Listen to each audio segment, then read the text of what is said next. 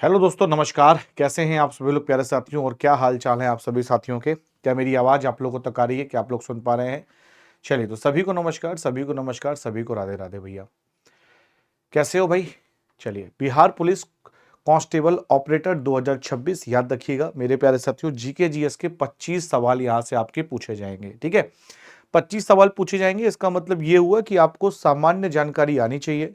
Basically आपका जैसे physics, chemistry, mathematics है, यहाँ से आपके जो प्रश्नों की संख्या है वो भी 25-25 रहेगी, और जीके जीएस में भी आपके 25 सवाल यहाँ से पूछे जाने हैं।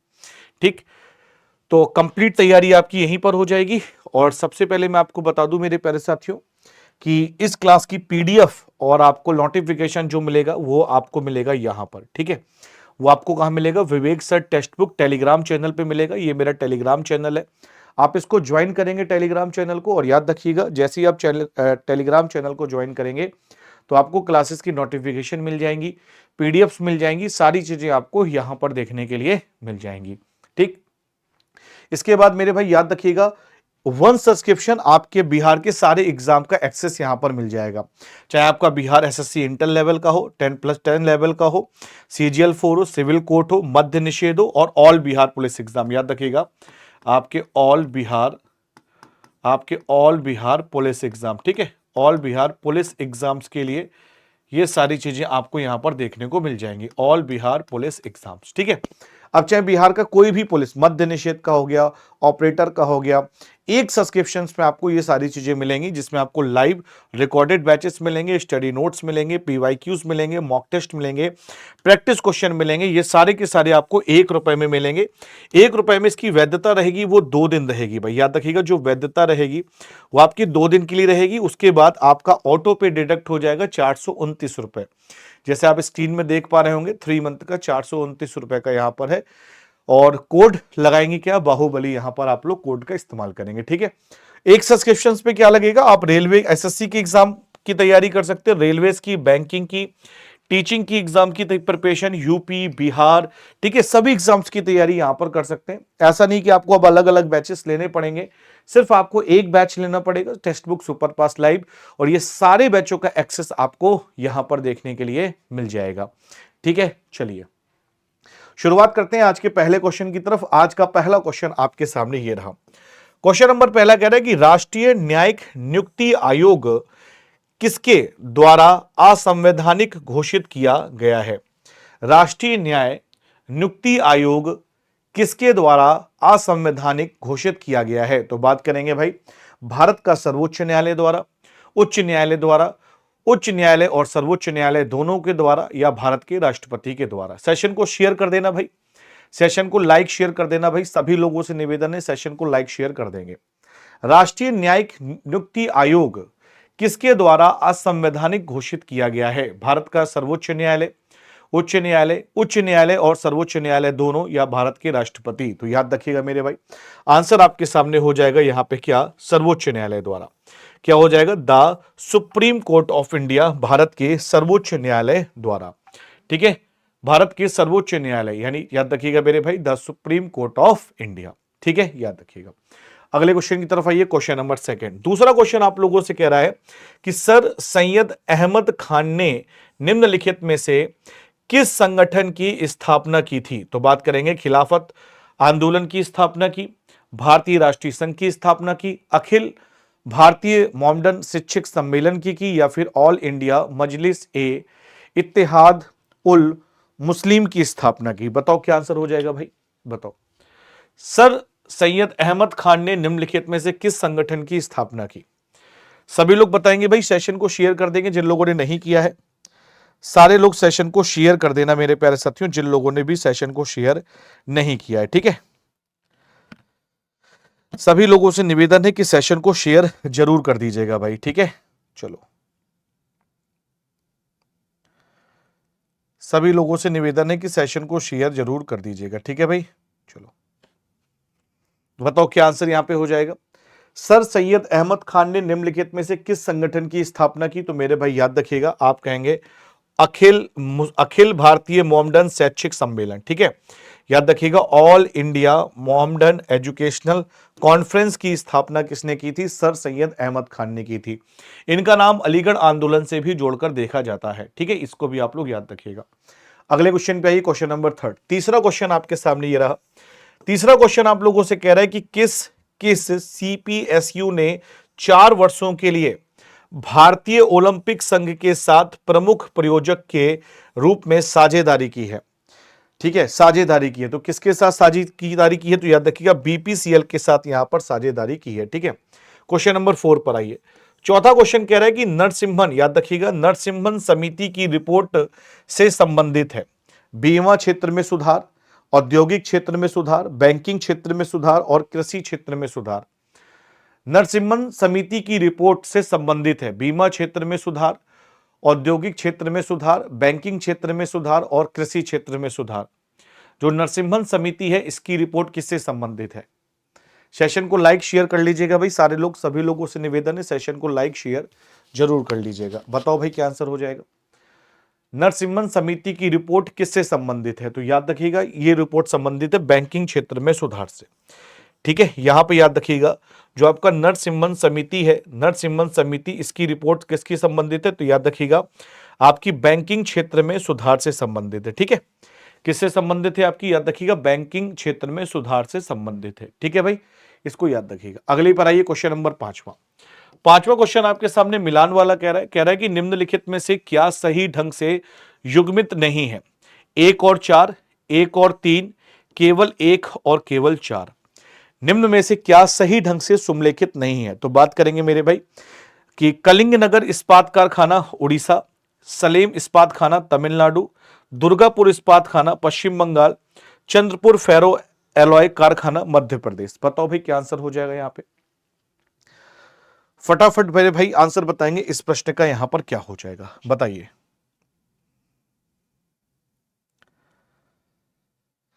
आंसर बताओ मेरे भाई, इस प्रश्न का क्या हो जाएगा? फटाफट जल्दी से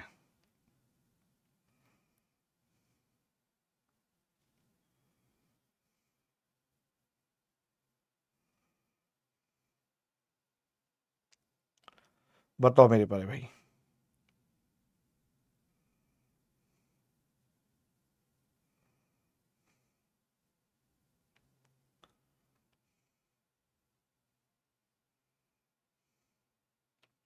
बताओ तो कौन सा सुमेलित नहीं है? तो यहां पे बात करेंगे जो कलिंग नगर इस्पात कारखाना, ये ओडिशा में सही है भाई, यहां पे ये सलेम इस्पात कारखाना ये आपका तमिलनाडु में, ये भी आपका सही है। दुर्गापुर इस्पात कारखाना पश्चिम बंगाल में, ये भी आपका सही है। लेकिन यहाँ पे जो चंद्रपुर फेरो एलॉय कारखाना है आपका, ये कौन सा? चंद्रपुर फेरो एलॉय, ये जो कारखाना है आपका, ये आपका मध्य प्रदेश में नहीं है। ये कहां पर स्थित है भाई? याद रखिएगा ये आपका महाराष्ट्र में है, ये आपका मध्य प्रदेश में नहीं है। आपका कहां पर है? तो आपका महाराष्ट्र में। तो केवल चौथा है यहाँ पर, जो चौथा स्टेटमेंट है ये यहाँ पर क्या है? गलत है। तो याद रखिएगा चंद्रपुर फेरो एलॉय कारखाना आपका कहां पर है? तो मेरे भाई ये आपका कारखाना है मध्य प्रदेश में है, ठीक है। कहां पर? मध्य प्रदेश, सॉरी महाराष्ट्र में है, ठीक है, महाराष्ट्र में। क्वेश्चन नंबर 6 पर आइए, छठा क्वेश्चन। छठा क्वेश्चन आप लोगों से कह रहा है कि कल्की महोत्सव उत्तर प्रदेश के निम्नलिखित में से किस जिले में मनाया जाता है? ललितपुर जिला, संत कबीर नगर जिला, प्रयागराज में मनाते हैं और यहां पे संभल जिला में मनाते हैं। कल्की महोत्सव उत्तर प्रदेश के निम्नलिखित में से किस जिले में मनाया जाता है? जो कल्की महोत्सव है ये उत्तर प्रदेश के निम्नलिखित में से किस जिले में मनाया जाता है? बताओ भाई। कल्की महोत्सव उत्तर प्रदेश के किस जिले में मनाते हैं? तो कल्की महोत्सव को याद रखिएगा मेरे भाई, ये आपका मनाया जाता है संभल जिला में, ठीक है। कहां मनाते हैं मेरे भाई? संभल डिस्ट्रिक्ट में। कल्की महोत्सव किस जिले में मनाया जाता है? तो याद रखिएगा आपके संभल जिले में मनाते हैं कल्की महोत्सव, ठीक है। कल्की महोत्सव किस जिले में मनाया जाता है? तो याद रखिएगा आपके संभल जिले में आपका कल्की महोत्सव मनाया जाता है। आप लोग जानते हैं प्रयागराज में कुंभ का मेला लगता है, कुंभ, और 2025 में कुंभ का मेला लगा था प्रयागराज में, आपको अच्छी तरीके से पता होगा। क्वेश्चन नंबर 7 पर आइए। 7वां क्वेश्चन आप लोगों से कह रहा है कि टोलका पीएम संगम युग की एक व्यापक कृति संबंधित है। आयु की राजनीति, तमिल व्याकरण, अवधि के युद्ध, कर और शुल्क का संग्रह। टोलका पीएम टोल्कापियम लिखा है, टोल्कापियम होता है। टोल्कापियम संगम युग की एक व्यापक कृति है, इसका संबंध किससे है? टोल्कापियम संगम युग की एक व्यापक कृति है, इसका संबंध किससे है भाई? आयु की राजनीति से है, तमिल व्याकरण से है, अवधि के युद्ध से है, कर और शुल्क का संग्रह से है। तो टोल्कापियम संगम युग की एक व्यापक कृति है, इसका संबंध किससे भाई? याद रखिएगा, इसका संबंध है तमिल ग्रामर से। किससे है भाई? याद रखिएगा, तमिल ग्रामर से इसका संबंध है, यानी तमिल व्याकरण से इसका संबंध है। ठीक है, किससे संबंधित है भाई? याद रखिएगा, तमिल व्याकरण से इसका संबंध है, तमिल ग्रामर से। ठीक है, चलिए क्वेश्चन नंबर 8वें पर आइए। 8वां क्वेश्चन कह रहा है कि मेरे भाई की SEBEX शब्द हाल ही में चर्चा में रहा, यह किससे संबंधित है? CBX की बात यहां पे कह रहा है, एक नया वित्तीय सॉफ्टवेयर, एक उन्नत साइबर सॉफ्टवेयर सुरक्षा फायरवॉल, एक नवीकरणीय ऊर्जा परियोजना, एक उच्च प्रदर्शक विस्फोटक, एक उच्च प्रदर्शन विस्फोटक। तो ये जो शब्द चर्चा में रहा था, इसका जो संबंध है भाई याद रखिएगा, इसका संबंध किससे? तो याद रखिएगा आपका एक उच्च प्रदर्शन विस्फोटक से इसका संबंध था। ठीक है, क्वेश्चन नंबर 9 पर आइए भाई। 9वां क्वेश्चन, उत्तर प्रदेश की विधानसभा में कितने सदस्य हैं? 400 निर्वाचित हैं और 3 मनोनीत हैं। 403 निर्वाचित हैं और 1 मनोनीत है। 401 निर्वाचित और 3 मनोनीत, 405 निर्वाचित। उत्तर प्रदेश की विधानसभा में कितने सदस्य हैं? तो आप लोग जानते हैं अच्छी तरीके से कि यूपी की विधानसभा के सदस्यों की संख्या है कितनी? तो मेरे भाई 403 निर्वाचित होते हैं और 1 क्या होता है? मनोनीत होता है। 403 निर्वाचित होते हैं और 1 क्या होता है? आपका मनोनीत होता है, यानी टोटल है आपकी 404 यूपी में। ठीक है, चलो अगले पे आओ। क्वेश्चन नंबर 10, 10वां क्वेश्चन भाई। 10वां क्वेश्चन कह रहा है, संविधान सभा में उद्देश्य प्रस्ताव कब प्रस्तावित किया गया था? 9 दिसंबर 1946, 13 दिसंबर 1946, 11 दिसंबर 1946, 22 जनवरी 1947। संविधान सभा में उद्देश्य प्रस्ताव कब प्रस्तावित किया गया था? संविधान सभा में उद्देश्य प्रस्ताव कब प्रस्तावित किया गया था? 9 दिसंबर 1946, 13 दिसंबर 1946, 11 दिसंबर 1946, 23 जनवरी 1946। तो आप लोग याद रखिएगा अच्छी तरीके से कि उद्देश्य प्रस्ताव की यहां पे बात की जा रही है। किसकी बात की जा रही है भाई? उद्देश्य प्रस्ताव की बात यहां पे की जा रही है। तो जो आपका उद्देश्य प्रस्ताव है ना मेरे प्यारे साथियों, याद रखिएगा ये 13 दिसंबर, ठीक है, 13 दिसंबर 1946 को क्या किया था? संविधान सभा में पेश किया गया। संविधान सभा में क्या किया गया? संविधान सभा में पेश किया गया भाई, पेश किया गया। ठीक है, और 22 जनवरी याद रखिएगा अच्छी तरीके से, आपका 22 जनवरी 1947 को पारित कर दिया गया, इसको पारित किया गया। और यही आगे चल के क्या कहलाई भाई? यही उद्देश्य प्रस्ताव आगे चल के क्या कहलाई? प्रियम्बल यानी प्रस्तावना कहलाई। प्रस्तावना याद रखिएगा, यही आगे चल के क्या कहलाई मेरे भाई? प्रस्तावना कहलाई। ठीक है, क्या कहलाई मेरे भाई? याद रखिएगा, प्रस्तावना कहलाई। प्रस्तावना में एक बार संशोधन हुआ है। ठीक है, इसके बाद करें हम लोग यहां पे संशोधन। तो प्रस्तावना में एक बार संशोधन हुआ है, वो कब हुआ था? तो आप लिखेंगे सर प्रस्तावना में एक बार संशोधन हुआ, 42वां संविधान संशोधन 1976 के द्वारा। ठीक है, चलो अब क्वेश्चन क्या पूछा गया है? संविधान सभा में उद्देश्य प्रस्ताव कब प्रस्तावित किया गया था? तो उद्देश्य प्रस्ताव को कब प्रस्तावित किया गया मेरे भाई? याद रखिएगा 13 दिसंबर 1946 को। कब किया गया? 13 दिसंबर 1946 को यहां पर प्रस्तावित किया गया भाई, 13 दिसंबर 1946। ठीक है, कब प्रस्तावित किया गया भाई? 13 दिसंबर 1946 को यहां पर किया गया। ठीक है, याद रखिएगा। क्वेश्चन नंबर 11 पर आइए भाई। 11वां क्वेश्चन आपके सामने ये रहा। 11th क्वेश्चन आपसे कह रहा है कि सुप्रीम कोर्ट 1774 में शीर्ष न्यायालय के रूप में फोर्ट विलियम में स्थापित किया गया था। दिल्ली में, शिमला में, मुंबई में और कोलकाता में। सुप्रीम कोर्ट 1774 में शीर्ष न्यायालय के रूप में फोर्ट विलियम में स्थापित किया गया था। 1774। तो याद रखिएगा एक एक्ट आया था भाई जिसका नाम था रेगुलेटिंग एक्ट, रेगुलेटिंग एक्ट। और ये कब आया था? 1773 में आया था। इसी के तहत पहला गवर्नर जनरल कौन बनाया गया था भाई? पहला गवर्नर जनरल, पहला गवर्नर जनरल कौन बनाया गया था? तो याद रखिएगा वॉरेन हेस्टिंग्स बनाया गया था भाई। कौन बनाया गया था? वॉरेन हेस्टिंग्स पहला गवर्नर जनरल यहां पर बनाया गया था। ठीक है, और कहां पे स्थापित किया था? कलकत्ता में। और इसकी मुख्य न्यायाधीश याद रखिए सुप्रीम कोर्ट। तो अगर मैं बात करूं यहां पे सुप्रीम कोर्ट की, तो याद रखिएगा इसकी मुख्य न्यायाधीश कौन बनी थी? तो याद रखिएगा एलिजा इम्पे। एलिजा इम्पे कौन बनी? इसकी मुख्य न्यायाधीश बनी। इसकी मुख्य न्यायाधीश कौन बनी? तो याद रखिएगा एलिजा इम्पे मेरे प्यारे साथियों इसकी मुख्य न्यायाधीश यहां पर बनी थी। ठीक है, एलिजा इम्पे कौन बनी थी? इसकी मुख्य न्यायाधीश यहां पर बनी थी। और ये कोलकाता में क्या किया गया था? स्थापित किया गया था। ठीक है, याद रखिएगा। क्वेश्चन नंबर 12 पर आइए मेरे भाई, 12वां क्वेश्चन यहां पर, पंचायती राज संस्थाएं किसके अंतर्गत अस्तित्व में आई थी? 42वां और 43वां संशोधन अधिनियम, 86वां और 87वां संशोधन अधिनियम, 63वां और 64वां संशोधन अधिनियम, 73वां और 74वां संशोधन अधिनियम। पंचायती राज संस्था किसके अंतर्गत अस्तित्व में आई थी? भाई सेशन को लाइक शेयर कर देना फटाफट सभी लोग, है ना, सेशन को लाइक शेयर कर दीजिएगा भाई। पंचायती राज संस्थाएं किसके अंतर्गत अस्तित्व में आई थी? तो पंचायती राज संस्थाएं थी 73 और 74 अमेंडमेंट एक्ट के अंतर्गत। ठीक है, याद रखिएगा 73 और 74 अमेंडमेंट एक्ट के अंतर्गत आई थी आपकी क्या? पंचायती राज संस्थाएं, यहां पर 73वां और 74वां संशोधन अधिनियम के अंतर्गत। ठीक है, 73वां और 74वां संशोधन के अंतर्गत यहां पर आई थी। ठीक, याद रखिएगा। अगले क्वेश्चन की तरफ आइए। अगला क्वेश्चन, क्वेश्चन नंबर 13वां क्वेश्चन कह रहा है कि दशकीय जनगणना कराने की जिम्मेदारी निम्नलिखित में से किस मंत्रालय पर है? सूचना और प्रसारण मंत्रालय, आवास और शहरी मामलों का मंत्रालय, गृह मंत्रालय और योजना मंत्रालय। दशकीय जनगणना कराने की जिम्मेदारी निम्नलिखित में से किस मंत्रालय पर है?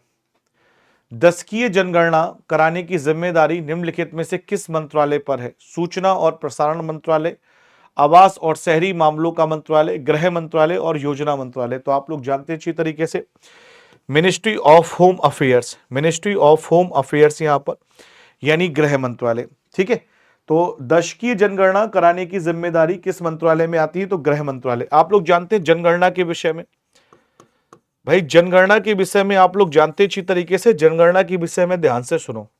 तो पहली बार जनगणना कब हुई भाई? पहली बार जनगणना कब हुई मेरे भाई? तो याद रखिएगा सर 1872 में हुई थी। कौन था उस समय गवर्नर जनरल? तो आप कहेंगे सर गवर्नर जनरल का नाम था लॉर्ड मेयो। कौन था गवर्नर जनरल? तो आप कहेंगे sir Lord Mayo governor general था उस समय। ठीक है, और अगर हम लोग बात करें यहाँ पे, तो पहली बार जनगणना हुई 1872 में लॉर्ड मेयो के समय पे। फिर नियमित रूप से जनगणना कब शुरू हुई?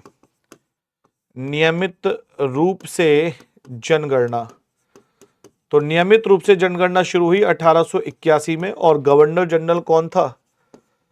तो गवर्नर जनरल का नाम था लॉर्ड रिपन था गवर्नर जनरल भाई। कौन था? तो लॉर्ड रिपन था। कौन था भाई? याद रखिएगा लॉर्ड रिपन था यहां पर, लॉर्ड रिपन। ठीक है, नियमित रूप से जनगणना 1881 में, गवर्नर जनरल कौन था? तो याद रखिएगा लॉर्ड रिपन था यहां पे। कौन था भाई? लॉर्ड रिपन था। अगर जनगणना की बात करें, जनगणना का प्रमाण कहां पर मिलता है? तो जनगणना याद रखिएगा एक व्यक्ति था अबुल फजल। तो इसने एक बुक लिखी थी भाई, याद रखिएगा, और उस बुक का नाम था आईने अकबरी। उस बुक का नाम क्या था? आईने अकबरी था। ठीक है, याद रखिएगा अबुल फजल ने, उस बुक का नाम था आईने अकबरी। इसमें जनगणना के बारे में मिलती है। फिर चाणक्य द्वारा एक पुस्तक लिखी गई थी अर्थशास्त्र। चाणक्य ने एक बुक लिखी थी अर्थशास्त्र। ठीक है, अर्थशास्त्र किताब लिखी थी, इसमें भी जनगणना का उल्लेख मिलता है। 2011 में जो जनगणना हुई है, 2011 की जनगणना हुई है, याद रखिएगा ये 15वीं जनगणना है भाई।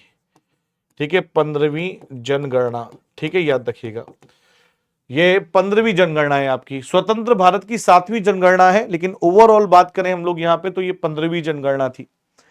ओवरऑल अगर हम लोग बात करें तो याद रखिएगा ये कौन सी जनगणना थी आपकी? तो ये 15वीं जनगणना थी। ठीक है, चलिए अगले क्वेश्चन में, क्वेश्चन नंबर 14 भाई साहब, 14th क्वेश्चन।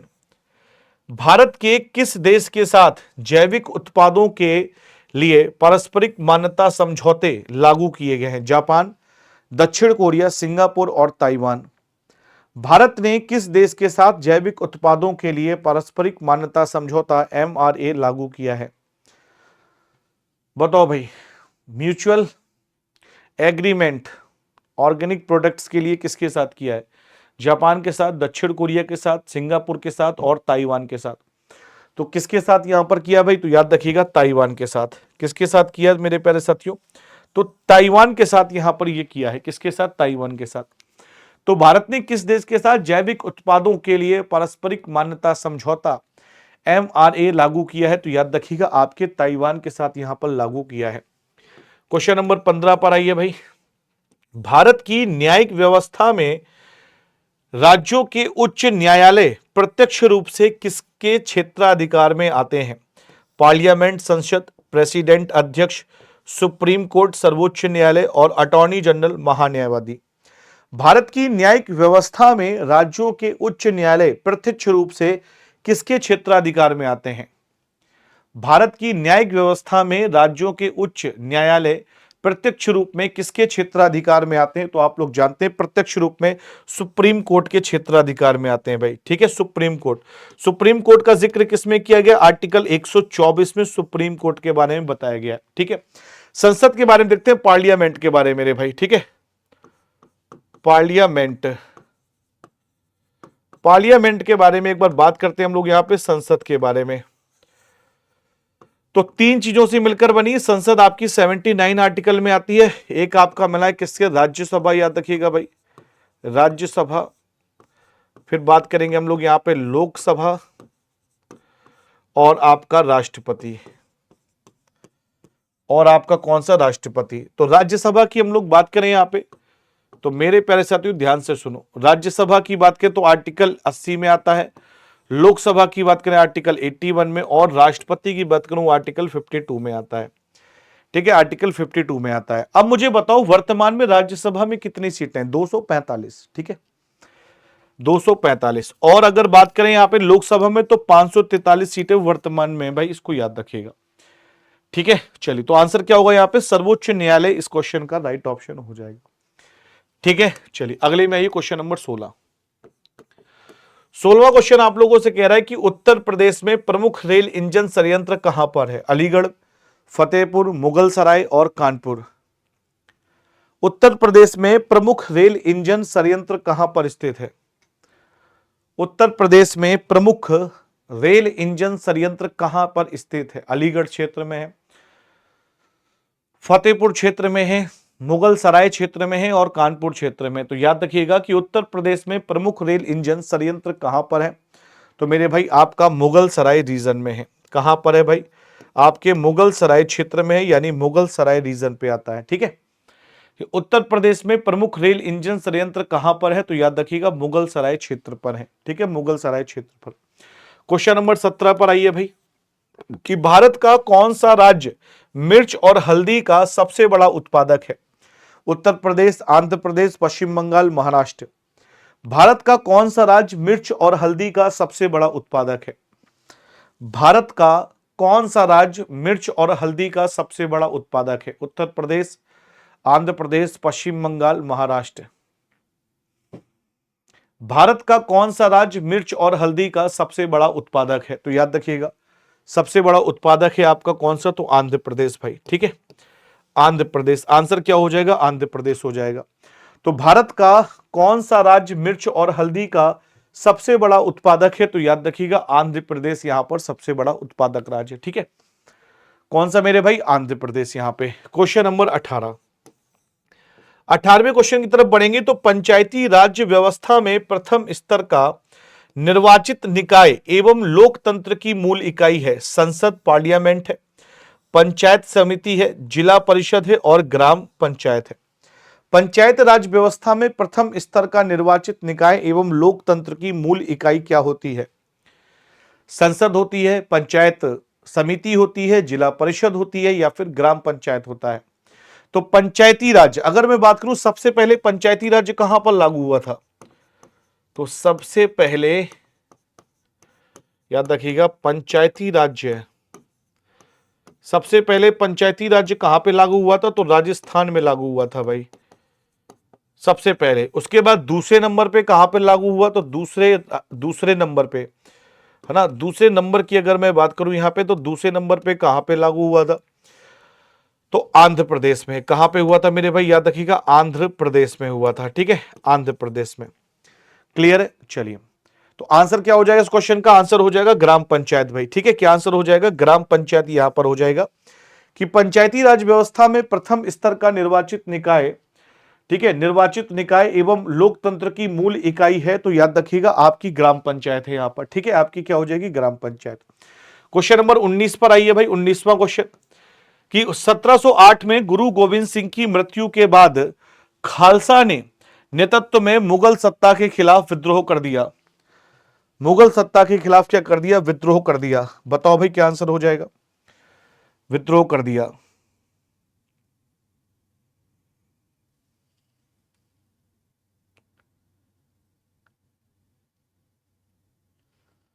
बताओ भाई।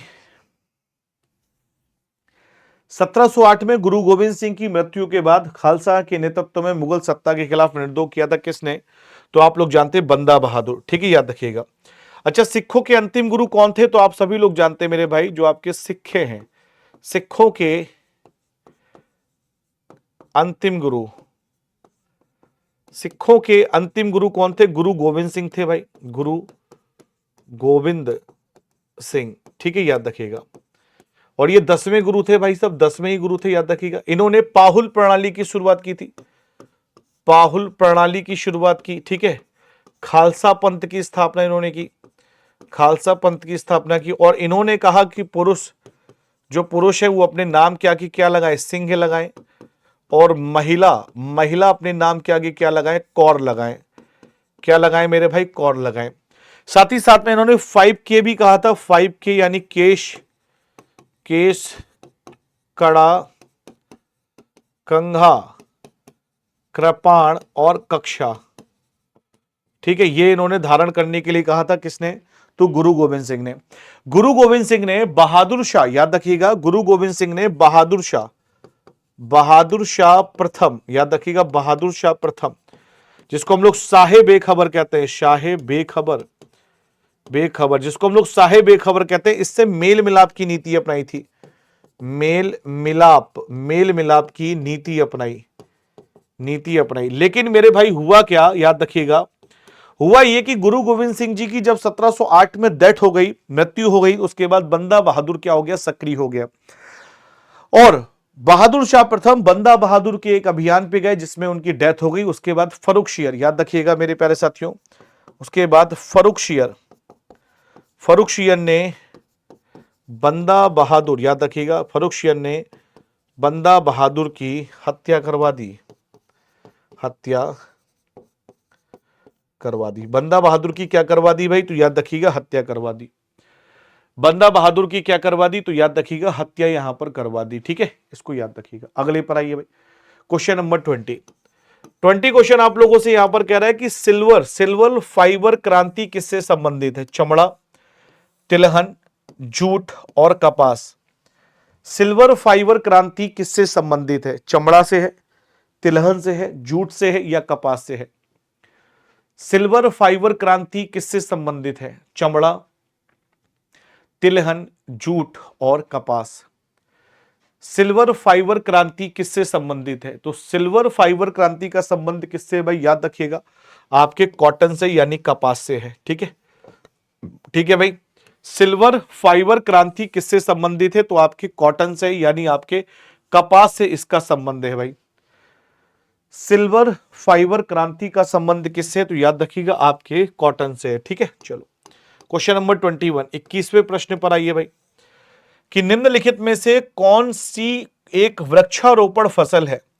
गेहूं, सरसों, रबर और तिलहन। निम्नलिखित में से कौन सी एक वृक्षारोपण फसल है? निम्नलिखित में से कौन सी एक वृक्षारोपण फसल है? बताओ भाई। और सेशन को शेयर कर लेना भाई सारे के सारे लोग भाई, ठीक है। चलिए भाई बताइए क्या आंसर यहां पर हो जाएगा।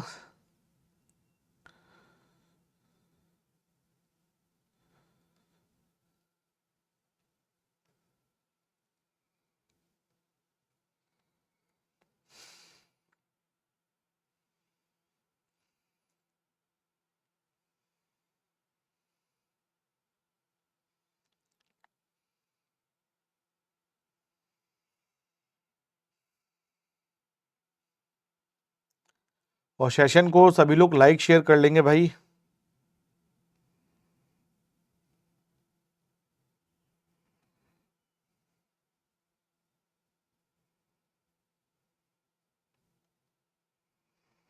बताइए मेरे प्यारे साथियों, क्या आंसर हो जाएगा कि कौन सी एक वृक्षारोपण फसल है? तो याद रखिएगा आपकी रबर, जो आपकी रबर है भाई साहब, ये आपकी क्या है? एक वृक्षारोपण फसल है। ठीक है, तो निम्नलिखित में से कौन सी एक वृक्षारोपण फसल है? तो याद रखिएगा आपका रबर, जो रबर है मेरे भाई, याद रखिएगा ये आपका एक प्रकार का वृक्षारोपण फसल है। ठीक है, एक प्रकार का आपका क्या है? वृक्षारोपण फसल है। जो रबर है ये क्या है आपका? याद रखिएगा ये एक प्रकार का आपका वृक्षारोपण क्या है? फसल है। ठीक है, उसका नाम क्या हो जाएगा? रबर यहां पर हो जाएगा। ठीक, अगले पर आओ, क्वेश्चन नंबर 22, 22वां क्वेश्चन भाई। 22 क्वेश्चन कह रहा है कौन सा देश अपने संपूर्ण जीव जंतुओं की व्यापक सूची तैयार करने वाला विश्व का पहला देश बन गया है? ब्राजील, भारत, ऑस्ट्रेलिया, दक्षिण अफ्रीका। कौन सा देश अपने संपूर्ण जीव जंतुओं की व्यापक सूची तैयार करने वाला विश्व का पहला देश बन गया है? ब्राजील बन गया है, भारत बन गया है, चीन बन गया है, या फिर दक्षिण अफ्रीका बन गया है? तो याद रखिएगा मेरे प्यारे साथियों कि कौन सा देश संपूर्ण जीव जंतुओं की व्यापक सूची तैयार करने वाला विश्व का पहला देश बन गया है? तो वो बन गया है भारत। कौन सा बन गया भाई? इंडिया बन गया, यानी वो आपका भारत बन गया यहां पर, भारत। ठीक है, क्वेश्चन नंबर 23 पर आइए, 23वां क्वेश्चन भाई। क्या कह रहा है यहां पे? भारत में निम्नलिखित में से किस राज्य में अरेबिका कॉफी उगाई जाती है? भारत में निम्नलिखित में से किस राज्य में अरेबिका कॉफी उगाई जाती है? असम में उगाई जाती है, उत्तराखंड में, वेस्ट बंगाल में, और कर्नाटक में। भारत में निम्नलिखित में से किस राज्य में अरेबिका कॉफी उगाई जाती है? जो अरेबिका कॉफी है वो किस राज्य में उगाई जाती है भाई? Arabica coffee. तो भारत में निम्नलिखित में से किस राज्य में अरेबिका कॉफी उगाई जाती है? तो याद रखिएगा आपके कर्नाटक में। कर्नाटक में आपकी कॉफी वर्षा होती है, आप लोग जानते हैं अच्छी तरीके से। असम में आपकी चाय वर्षा होती है। ठीक है, याद रखिएगा। क्लियर है? चलो अगले क्वेश्चन पे आओ भाई, क्वेश्चन नंबर 24। 24 क्वेश्चन आप लोगों से कह रहा है यहां पर, ध्यान से सुनो। यूनेस्को विश्व धरोहर स्थल के लिए नामित चराई देव मैदान किस भारतीय राज्य में स्थित है? वेस्ट बंगाल, असम, बिहार और मेघालय। यूनेस्को विश्व धरोहर स्थल के लिए नामित चराई देव मैदान किस भारतीय राज्य में स्थित है? पश्चिम बंगाल में, असम में, बिहार में और मेघालय में। पश्चिम बंगाल में स्थित है, असम में स्थित है, बिहार में स्थित है और मेघालय में स्थित है। तो आंसर यहां पे क्या हो जाएगा मेरे भाई? आंसर आपके सामने हो जाएगा असम। ठीक है, क्या आंसर हो जाएगा? असम। कि यूनेस्को विश्व धरोहर स्थल में नामित चराई देव, याद रखिएगा मेरे भाई, चराई देव मैदान किस भारतीय राज्य में स्थित है? तो याद रखिएगा आपका असम में स्थित है।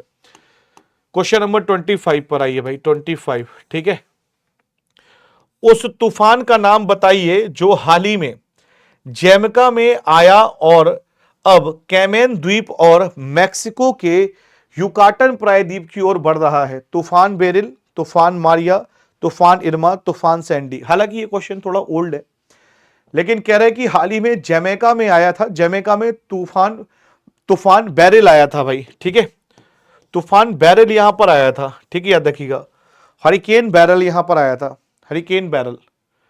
ठीक है, हरिकेन बैरल यहां पर आया था, तो इसमें कोई इतनी दिक्कत तो है नहीं। ठीक है, क्वेश्चन नंबर 26 पर आइए। ये क्वेश्चन बढ़िया भाई, बताओ निम्नलिखित में से कौन सा राजस्व व्यय का उदाहरण है? निम्नलिखित में से कौन सा राजस्व व्यय का उदाहरण है? तो बात करेंगे सार्वजनिक क्षेत्र की कंपनी में निवेश, और सरकार सरकार द्वारा जमीन की खरीद, सरकारी सरकारी परियोजनाओं के लिए मशीनरी की खरीद, और सरकारी कर्मचारियों को वेतन भुगतान। सरकारी कर्मचारियों को वेतन भुगतान। बताइए मेरे भाई आंसर यहां पे इस प्रश्न का क्या हो जाएगा भाई? फटाफट आंसर बताएंगे इस क्वेश्चन का, यहां पर क्या हो जाएगा?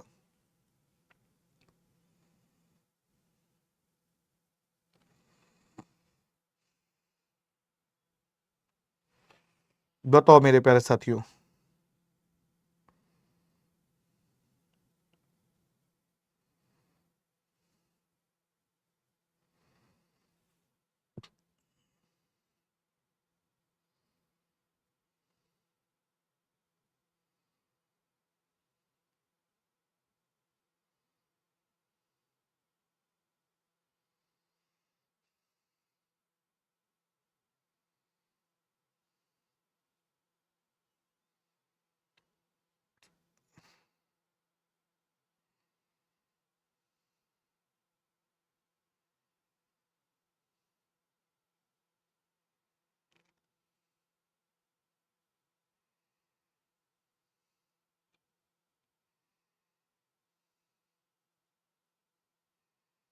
बताइए भाई क्या आंसर हो जाएगा। तो आप कहेंगे कि कौन सा राजस्व व्यय का उदाहरण है। तो सरकारी कर्मचारियों को वेतन भुगतान, ठीक है, सरकारी कर्मचारियों को वेतन भुगतान। क्वेश्चन नंबर 27 पर आओ भाई, 27वां क्वेश्चन यहां पर। भूमध्य सागर से उठने वाले समशीतोष्ण चक्रवातों से पंजाब में वर्षा होने से किन फसलों को लाभ होता है। तो बात करेंगे रबी क्रॉप्स, रबी की फसलें, जायद क्रॉप्स, जायद की फसलें, नगदी क्रॉप्स यानी नगद की फसलें, और खरीफ की फसलें, खरीफ क्रॉप्स।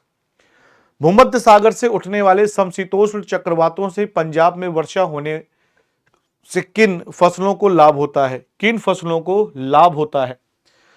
तो किन फसलों को लाभ होता है, तो आप लोग जानते हैं रबी की फसलों को लाभ होता है भाई, रबी क्रॉप्स को। भूमध्य सागर से उठने वाले समशीतोष्ण चक्रवातों से पंजाब में वर्षा होने से किन फसलों को लाभ होता है, तो रबी की फसलों को लाभ होता है, ठीक है। शीतकालीन में वर्षा होती है यहाँ पे, तो रबी की फसलों को क्या होता है, याद रखिएगा, लाभ यहां पर होता है, ठीक है। क्वेश्चन नंबर 28 पर आइए भाई। 28 क्वेश्चन कह रहा है कि किस उद्योग को नवोदित विकासशील उद्योग के नाम से भी जाना जाता है। कपास उद्योग, सूचना प्रौद्योगिकी, कोयला उद्योग और बीमा। किस उद्योग को नवोदित विकासशील उद्योग सन 22 के नाम से जाना जाता है। कपास उद्योग, सूचना प्रौद्योगिकी, कोयले उद्योग और बीमा। तो आंसर यहां पे क्या हो जाएगा, आंसर मेरे भाई यहां पे हो जाएगा इंफॉर्मेशन टेक्नोलॉजी, सूचना प्रौद्योगिकी। क्या आंसर हो जाएगा यहां पे, इंफॉर्मेशन टेक्नोलॉजी यानी सूचना प्रौद्योगिकी, राइट ऑप्शन यहां पर हो जाएगा, ठीक है। सूचना प्रौद्योगिकी यहां पर राइट ऑप्शन हो जाएगा, इंफॉर्मेशन टेक्नोलॉजी, ठीक है भाई। चलिए अगले पे आइए भाई, क्वेश्चन नंबर 29। 29 क्वेश्चन आपके सामने आ गया और 29 क्वेश्चन क्या कह रहे हैं, निम्नलिखित में से कौन सी चट्टानों को काटकर बनाई गई सबसे पुरानी गुफाएं हैं जो अभी अस्तित्व में हैं। अजंता की गुफा, एलोरा की गुफा, उदयगिरी और खंडगिरी गुफा और बराबर पहाड़ी की गुफा। बहुत अच्छा प्रश्न है भाई। कह रहा है कि निम्नलिखित में से कौन सी चट्टानों को काटकर बनाई गई सबसे पुरानी गुफाएं हैं जो अभी अस्तित्व में हैं। अजंता की गुफा, एलोरा की गुफा, उदयगिरी की गुफा, उदयगिरी और खंडगिरी की गुफा, और साथ ही साथ में आपकी बराबर पहाड़ी की गुफा। सेशन को लाइक भी कर लेना भाई, सारे लोग, जिन लोगों ने नहीं किया है आप लोग लाइक भी कर लीजिएगा। तो आंसर यहां पे क्या हो जाएगा, बराबर पहाड़ी की गुफा, ठीक है। बराबर पहाड़ी की गुफा कहां पर, आपकी बिहार में है भाई, ठीक है, याद रखिएगा। अजंता और एलोरा की गुफा अगर बात करें मेरे भाई, तो याद रखिएगा ये गुफा आपकी सातवाहन वंश के समय पर बनाई गई थी, ठीक है, सातवाहन वंश के समय पर बनाई गई थी, ठीक है। क्वेश्चन नंबर 30 पर आइए भाई। 30वां क्वेश्चन आपके सामने ये रहा। अटाला मस्जिद या अटाला मोस्क नामक 14वीं शताब्दी की प्रसिद्ध मस्जिद उत्तर प्रदेश के किस राज्य में स्थित है। जोबगंज, हैदरगढ़, जौनपुर और फतेहपुर। अटाला मस्जिद या अटाला मोस्क नामक 14वीं शताब्दी की प्रसिद्ध मस्जिद उत्तर प्रदेश के किस शहर में स्थित है। उत्तर प्रदेश के किस शहर में स्थित है। तो मेरे भाई याद रखिएगा ये यूपी के जौनपुर में स्थित है। जौनपुर किसकी याद में, जौना खां, याद रखिएगा जौना खां की याद में। और जौना खां कौन था, तो याद रखिएगा जौना खां था मोहम्मद बिन तुगलक, मोहम्मद बिन तुगलक का ही नाम था, क्या था, जौना खां था, ठीक है, याद रखिएगा, ठीक है मेरे भाई। चलिए तो ये थे आज के क्वेश्चन जो मैंने आपको करा दिए हैं। मेरे प्यारे साथियों, क्लास की पीडीएफ वगैरह प्राप्त करने के लिए आप लोगों को जो क्लास की पीडीएफ है, पीडीएफ वगैरह प्राप्त करने के लिए आप मेरे टेलीग्राम चैनल से जुड़ सकते हैं। ये मेरा टेलीग्राम चैनल है, आप यहां से जुड़ सकते हैं टेलीग्राम चैनल से, ठीक है। यहां पे आप स्कैन करके टेलीग्राम से जुड़ जाएंगे, आपको पीडीएफ वगैरह यहीं पर प्राप्त हो जाएंगी। और साथ ही साथ में याद रखिएगा, आप सभी लोगों से निवेदन है कि आप सभी लोग ₹1 का ट्रायल जरूर लें बिहार पुलिस ऑपरेटर के लिए, ठीक है। और अगर आपको बैच लेने में कोई दिक्कत समस्या रही तो आप 9456954476 इस नंबर पे कॉल व्हाट्सएप कर सकते हैं। ये नंबर मेरा ही है मेरे प्यारे साथियों, तो इस नंबर पे आप लोग कॉल व्हाट्सएप कर सकते हैं और जिससे आपकी समस्या का समाधान कर दिया जाएगा, ठीक है। मतलब बैच का लिंक आपको दे देंगे। बाकी आप मेरे साथ जुड़े रहिए, टेलीग्राम पे जुड़ जाइए।